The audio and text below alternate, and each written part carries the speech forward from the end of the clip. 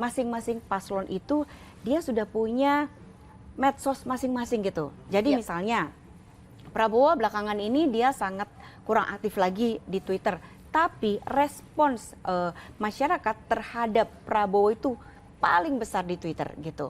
Nah kemudian kita bisa lihat lagi, misalnya apalagi gitu terkait sama Ganjar Pranowo gitu. Oh ternyata Ganjar Pranowo itu dia menguasai aktif empat di semua platform ya, empat kalau platform dari data tersebut ini ya. dan keempatnya itu masing-masing aktif gitu dan merespon dengan cukup baik gitu.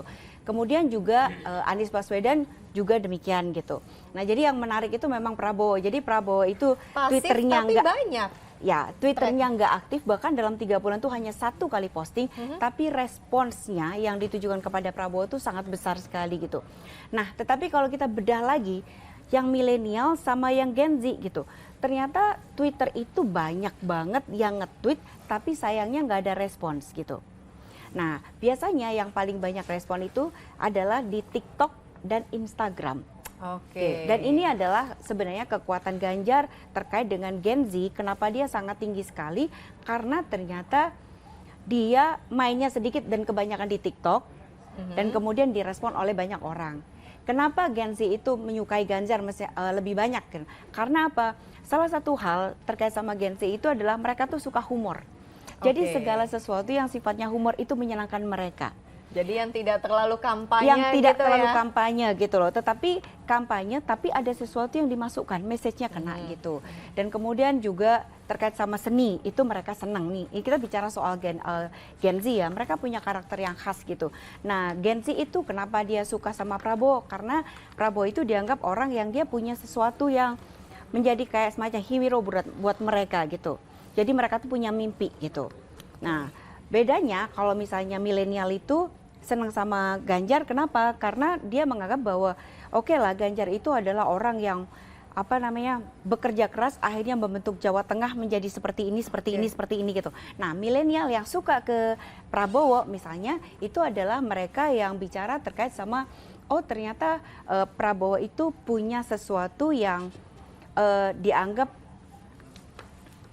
apa namanya besok Indonesia akan begini gitu. Jadi kebangsaannya visioner seperti itu. Terus kemudian yang lain adalah bahwa Prabowo akan memberikan susu dan makanan kepada pelajar, itu membuat netizen milenial itu senang sama mereka gitu. Nah, ternyata gitu ya.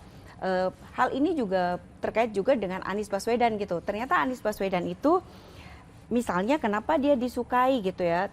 Ternyata salah satu alasannya itu adalah alasan yang lebih ke pendekatan ke perubahan dan ke Islam. Jadi Anies Baswedan itu dengan Caimin itu dia relatif konsisten gitu. Bahkan pada pemilih perempuan. Nah jadi itu kita juga bedah lagi tuh untuk pemilih perempuan. Ternyata pemilih perempuan itu kepada siapa mereka dan mereka itu kenapa memilih ketiga figur tersebut gitu. Nah kenapa pemilih perempuan itu menjadi sangat menarik? Karena dalam beberapa survei itu menyatakan bahwa perempuan itu ternyata sekarang paling galau milih siapa capresnya gitu. Nah jadi dalam 3 hal tersebut memang Ganjar paling besar tingkat presentasinya 25,86 karena ini versi perempuan ya.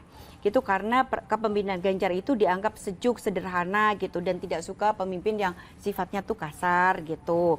Terus kemudian Ganjar juga suka memberikan link-link motivasi gitu. Link motivasi. Nah terus kemudian kalau kita lihat TikToknya Ganjar misalnya, itu kan dia suka bermain dengan ibu-ibu yang udah senior. Ayo Bu kita foto, kayak gitu. Itu sesuatu yang ya, sangat menyentuh, memainkan perasaan gitu.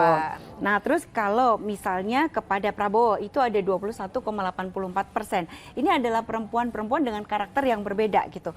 Mereka menganggap bahwa Prabowo itu adalah orang yang peduli sama rakyat kecil.